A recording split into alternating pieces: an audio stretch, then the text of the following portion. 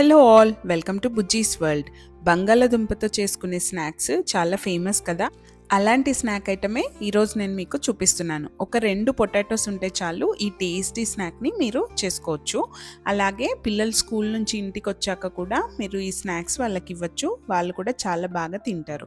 దీనికోసం ముందుగా 5 నుంచి 6 స్మాల్ సైజ్ పొటాటోస్ని నేను బాగా ఉడికించి పెట్టుకున్నాను. మరీ ఎక్కువగా ఉడికించకుండా కుక్కర్లో కాకుండా బయట ఉడికించుకొని పెట్టుకోండి. కుక్కర్లో ఉడికిస్తే చాలా మెత్తగా అయిపోతుంది కాబట్టి బయట ఉడికిస్తే మంచిది. తర్వాత ఈ ఉడకపెట్టిన పొటాటోస్ని ఒక గ్రేటర్ తీసుకొని నేను ఇలా చూపిస్తున్నట్టుగా బాగా తురుముకోండి. ఇలా ఎందుకు తురుముతున్నానంటే ఉండలుగా లేకుండా పొటాటోస్ బాగా మ్యాష్ అవ్వాలని చెప్పి నేను ఇలా తురుముతున్నాను. నేను ఇక్కడ చూపిస్తున్నాను కదా, సరిగ్గా అలా తురుముకుంటే సరిపోతుంది. తర్వాత ఈ తురుముకున్న మిశ్రమంలోకి మంచిగా కలర్ రావడానికి 1 టేబుల్ స్పూన్ పసుపు వేయండి. అలాగే మీ కారానికి సరిపోయేంత కారం యాడ్ చేసుకోండి. నేనైతే ఇక్కడ 2 టేబుల్ స్పూన్ల కారం యాడ్ చేస్తున్నాను. రుచికి సరిపడినంత ఉప్పు కూడా యాడ్ చేసుకోండి. తర్వాత 3 టేబుల్ స్పూన్ల కార్న్ ఫ్లోర్ యాడ్ చేసుకోండి. ఈ కార్న్ఫ్లోర్ యాడ్ చేసుకోవడం వల్ల మనకు ఈ స్నాక్ ఐటెం బయట చాలా క్రిస్పీగా వస్తుంది, అలాగే లోపల సాఫ్ట్గా కూడా ఉంటుంది. అందుకే నేను కార్న్ఫ్లోర్ యాడ్ చేసుకొని వాటర్ లేకుండా బాగా కలుపుకోండి. ఒకవేళ మరీ మెత్తగా అనిపిస్తే ఇంకొకసారి మళ్ళీ కావాల్సినంత కార్న్ఫ్లోర్ యాడ్ చేసుకొని ఈ పిండిని బాగా కలుపుకోండి.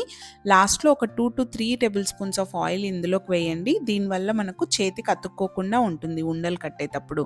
తర్వాత 2 చేతులకి ఆయిల్ పూసుకొని మనము ఈ మిశ్రమాన్ని ఉండలుగా చేసుకోవాలి. నేనైతే ఇక్కడ చిన్న సైజు ఆలుగడ్డలను 5 నుంచి 6 తీసుకుంటున్నాను కాబట్టి నాకు ఒక 10 ఉండలు అలా వచ్చాయి ఈ స్నాక్ ఐటమ్. నేను ఇక్కడ చూపిస్తున్నట్టుగా సాఫ్ట్గా మీకు కావాల్సిన సైజులో ఉండలుగా తయారు చేసుకోండి. ఇప్పుడు ఇవి డీప్ ఫ్రై చేయడానికి మనకు రెడీ అయిపోయాయి. తర్వాత ఒక కడాయి పెట్టుకొని ఆయిల్ హీట్ చేసుకోండి. లో నుంచి మీడియం ఫ్లేమ్లో మాత్రమే ఫ్లేమ్ పెట్టుకొని ఒక్కొక్క ఉండను ఇందులోకి వేయండి. జాగ్రత్తగా వేయండి. దాని తర్వాత రెండో సైడ్ తిప్పుతూ మనము గోల్డెన్ కలర్ వచ్చేదాకా బాగా ఫ్రై చేసుకోవాలి. ఇవి బాగా ఫ్రై అవ్వడానికి కనీసం ఒక 4 నుంచి 5 నిమిషాలు పడుతుంది. తర్వాత వాటిని తీసి పక్కకు పెట్టుకొని మిగిలిన ఉండలు కూడా ఇలానే ఫ్రై చేసుకోండి.